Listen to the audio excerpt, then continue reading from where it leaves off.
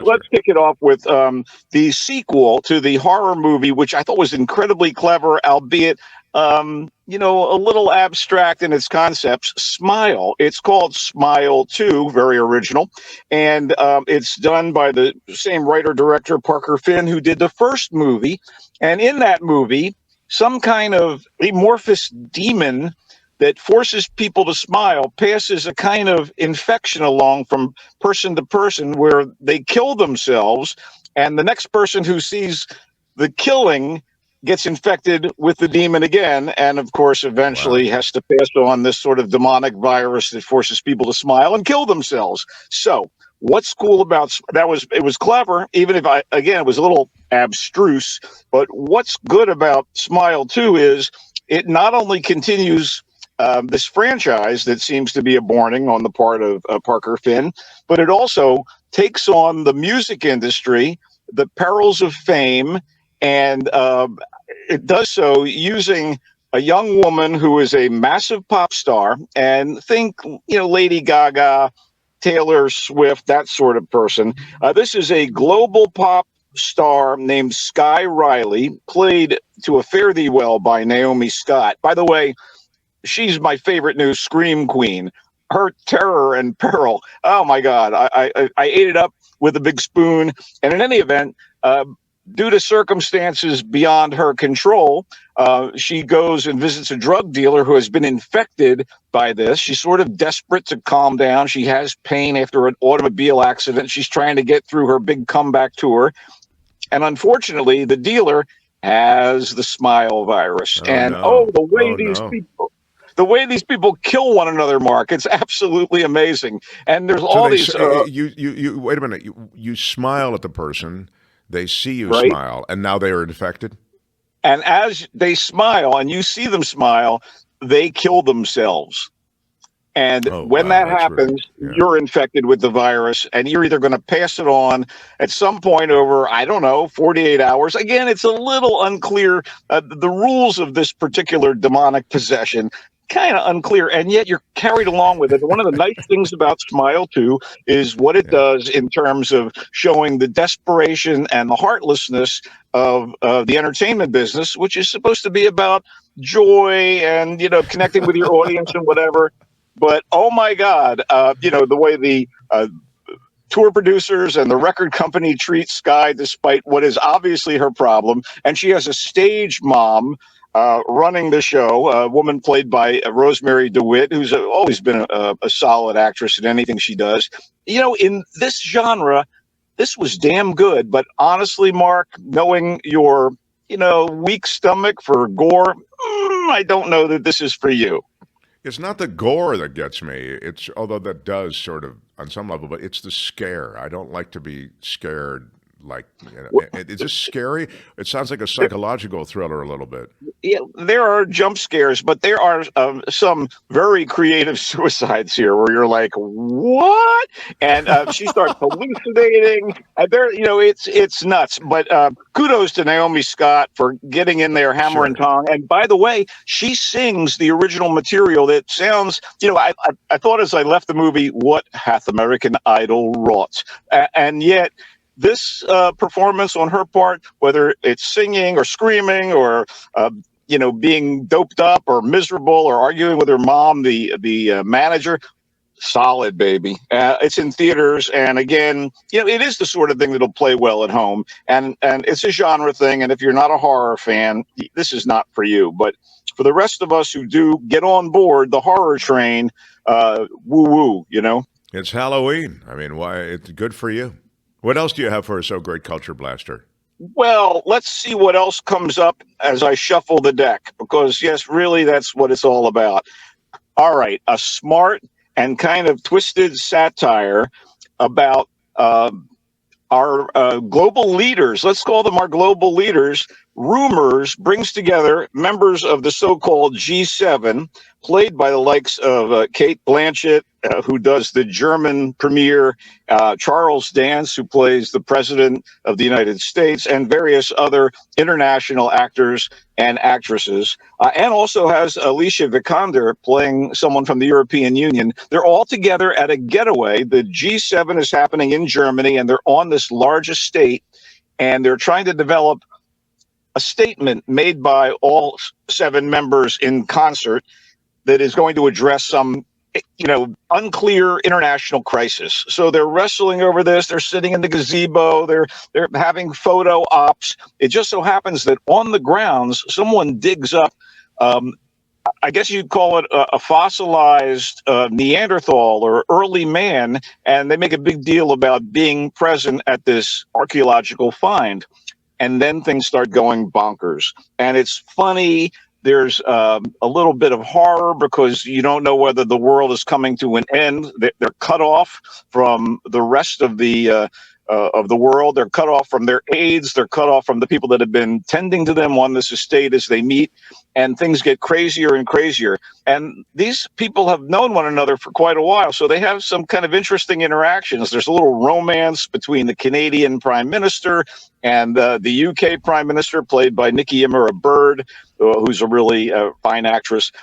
It was really clever and really cool and in my wheelhouse. I don't know that everyone will get on board, but I thought it was damn good. Rumours, by the way, was co-directed by the wacky Canadian director Guy Madden with Evan Johnson and Galen Johnson. It was a 3-headed director situation.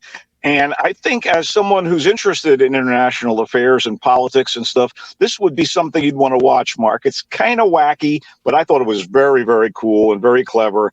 And it's also about how our governments fail us when push comes to shove at times. So anyway, That's Rumours interesting. get Interesting. Yeah. That gets the thumbs up from me.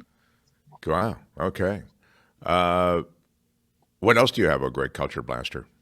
Well, Mark, I do have a movie that I think it is worth checking out as well. By the way, just to be clear, both of those movies you just were talking about, Smile 2 and Rumours. And by the way, Rumours is spelled the British way, right? O-U-R-S. Yes, it is. Because Canadians are involved, of course. Oh, Canadians, of course. That's the reason. If Canadians are involved, they're going to spell it the British way. That's the nature of the beast. Both those films are in theaters. Yes, indeed they are. Although Rumours is in select theaters, as we like to say, whereas Smile 2 is opening wide, nationwide, and all around the world, I assume. Okay. Let's move on. This is a film that I think a lot of people will relate to. I thought it was pretty decent, and it stars the wonderful, ever wonderful Michael Keaton. It's called Goodrich, and it's about a guy who runs an art gallery, an art curator, and all-around art lover named Andy Goodrich. He works in Los Angeles, and he's on his second marriage, and he has a daughter from his first marriage, who is played, by the way, by Mila Kunis in a beautiful and measured performance. She's pregnant. He's dealing with that. But he also, again, has a second wife, and that second wife has gone off the rails. She checks herself into rehab, leaving Andy with their 2 twin kids, 9 years old. Again, even though he's an older man, it's his second marriage, and he's forced into being a decent father, which apparently he wasn't to his daughter by his first marriage. So this is all about the interrelationship between Andy and his family, both families, his reluctance to fully embrace his son-in-law, his fear about being a grandfather, and also his neediness in the face of losing that second wife who's been like a pillar for him, although apparently he's so wrapped up in his work he doesn't really take care of family business as well as he should have. Being forced to take care of the twins brings out the father in him, as has never been the case. And obviously his daughter sees that in her time of need, being pregnant, and is a little resentful. It's a very measured and smart look at family interaction, and the way people kind of justify their activities and their inability to kind of give all of themselves to their family members when that might be the best way to go. And I thought it was well done. It's directed and written by a Nepo baby, that being Haley Myers Shire, the daughter of Nancy Myers and Charles Shire, both filmmakers. So, she got a little leg up, and she's also been watching these sort of interpersonal rom-droms all her life because, Nancy Myers, right? She's all about romantic comedies and the such. And she obviously learned by being there and watching. This is her second feature film as a writer-director, and I thought it was solid. It's tough for me to go, okay, Legacy Child, this was well done, but this was not bad at all. And I think that of the three movies here, this is the one that maybe has the widest potential appeal. It is, by the way, opening wide. Terrific. I love it. Well, so there you go. We've increased our likability ratings as we've proceeded. What else do you have, oh great Culture Blaster? Well, let's wrap up the movie segment with a film that was kind of anticipated on my part because I love the two lead actors, one of whom is, they're both from the UK. One is Kelly MacDonald from No Country for Old Men, and the other is Damian Lewis, and you know him from Billions, and he was in Once Upon a Time in Hollywood. I think Kelly MacDonald, if I'm not mistaken, she was in Train Spotting. And we're talking about very accomplished actors, and they star in The Radleys, which was it was good for what it was, but it was a little disappointing. It was like one of those, choose your own adventure movies where you kind of know what the next thing is going to be. You sort of have it all mapped out in your head. And the Radleys are a very unique suburban family. Mom, dad, son, and daughter, and in a dual role, Damian Lewis plays his brother, a ne'er-do-well uncle. And here's the key. These people, despite kind of living embedded in a British suburbia, I believe Yorkshire is the area, are vampires. But mom and dad have abstained. They want to live in human society, so they're constantly trying to control their urges.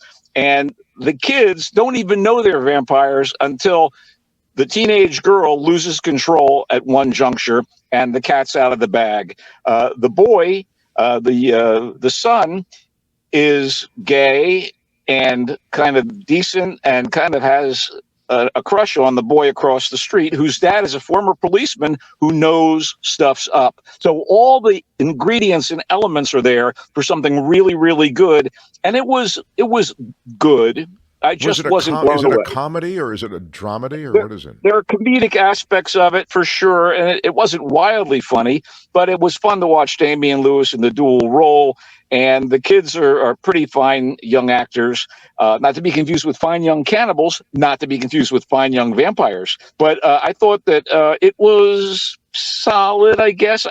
I wanted more out of it, but for what it was okay. And it's also in theaters at the moment and also streaming. So you can watch it at home if you want. Not great. This is another one of those not terrible Michael Snyder, the Mark Thompson show. You kind of wish it was better, but I just feel like we've been here before on some level, even though it did have a kind of a fresh approach.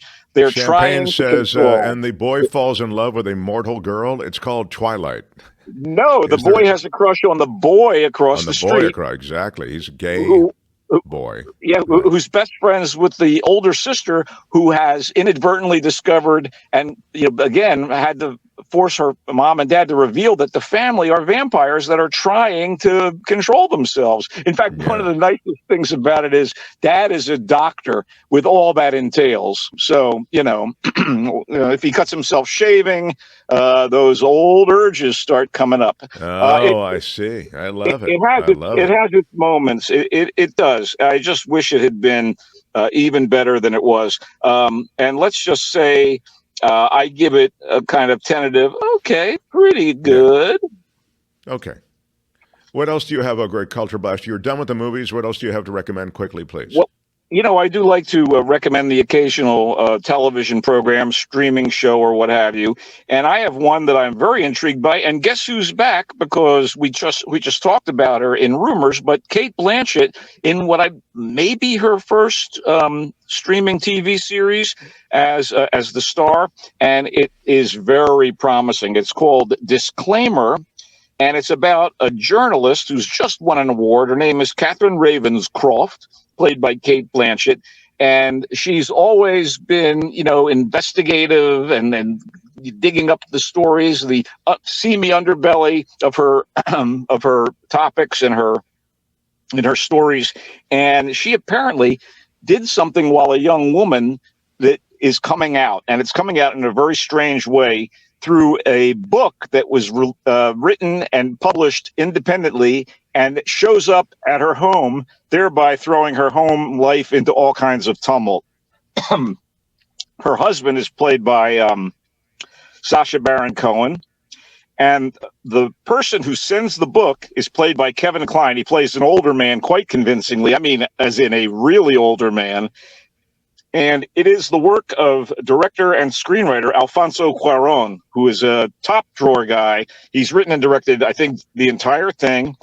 And I was totally caught up in it. And it's got that hint of blackmail about it.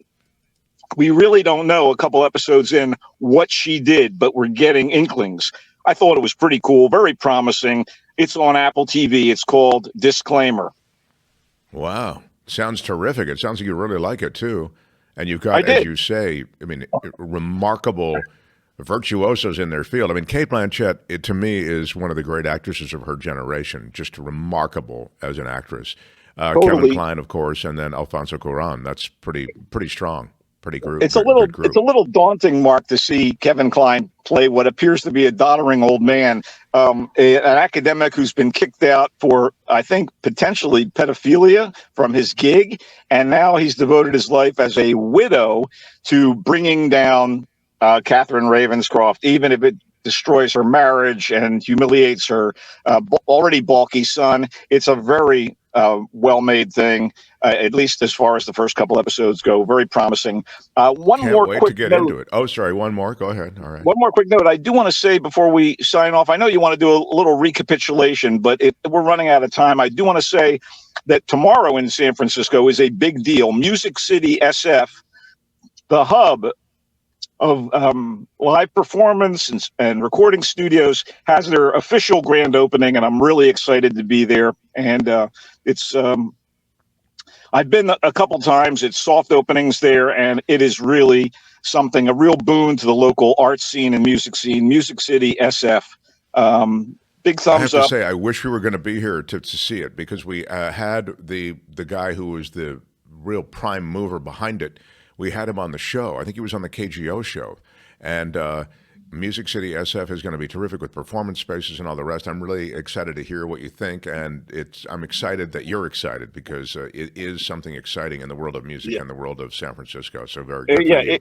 It's our pal, singer-songwriter Rudy Colombini. He's the mastermind behind it. He basically raised all the funds. He's kind of, the creative force behind it. And he's also the lead singer of the unauthorized Rolling Stones. And they are a blast. I don't know if they're playing tomorrow, probably, but he has his own album of original material out right now, and we're looking forward to that. And I wish you were here too. But that's it for me. Disclaimer is the offering that is on Apple TV. It is Kate Blanchett and Kevin Kline. You heard him. Alfonso Cuarón is a director, and it is something really special. He likes it. It is streaming, as I say, on Apple TV. The Radleys is the Culture Blasters pick that he felt was sort of okay. He said it's not bad. Damian Lewis, Kelly MacDonald. It's the vampire story turned on its side a little bit, because the vampires are sort of trying, it sounds like, to live within basic society, and there are all the temptations associated with vampire-ness that they are dealing with. Again, he kind of said, it's okay. The Goodrich film, which with Michael Keaton, I think leads the field today, is the one that he talked about. He's fathering twins. It's his second marriage, And it's sort of the demands of life is what I got from you, Culture Blaster, around Goodrich. And you felt that was the pick of the litter, sort of. You really liked that movie. I think for the Mark Thompson Show audience, it would be. But again, horror aficionados are going to get a big kick out of Smile, too. And honestly, it's smart, it's insightful, and it's kind of dryly satirical and humorous. Rumors, the other Kate Blanchett offering about the members of G7 facing a potential apocalypse. I thought that was pretty good. That was really my kind of movie, too. It's Okay, not a bad week. So it's between Goodrich and Rumors. You can only see one. Which one is it? The Goodrich rumors. No, I have no idea. Rumors of Rumors Goodrich is the other one. Anyway, so so I said it's kind of the pick of the litter. It sounds to me like he's saying, well, no, actually, Rumors.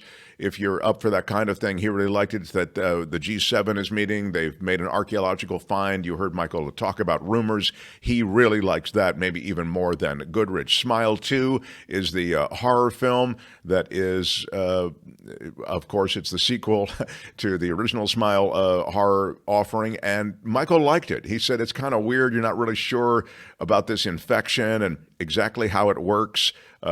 Sort of the bylaws of the infection itself, but he said you do get wrapped up in it, and it's a winner. So he likes Smile 2. He really likes Rumors. He mostly likes Goodrich. He kind of likes the Radleys, and he really likes Disclaimer.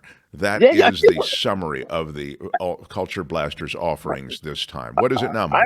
I'm never this positive, Mark. I don't know what's wrong with me. I want, in closing, a quick note about the Niners, if you would. They're playing a very tough game.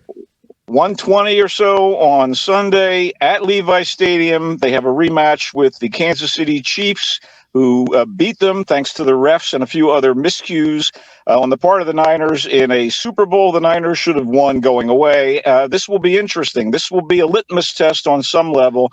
And at 3-3, they really need to win this to stay above 500. And it's never an easy task against Mahomes and Andy Reid. It's not, oh great Culture Blaster. What a Renaissance man you are, covering sports, the arts, music. It's remarkable. I'm crippled sometimes by your knowledge of so much, and you speak French. What an extraordinary guy you are, Culture Blaster. Yeah. I'm just glad that you make time to come through our world every Friday. TheVoicesSF.org is where you can find more of him. He is the great Michael Snyder, and he comes and goes on a rainbow. I do love you. Michael Snyder, everyone. Hi, it's Mark, and I thought that was great. Hit the notification bell. You'll know whenever there's a new video being dropped, and please subscribe to our channel to help us save the universe.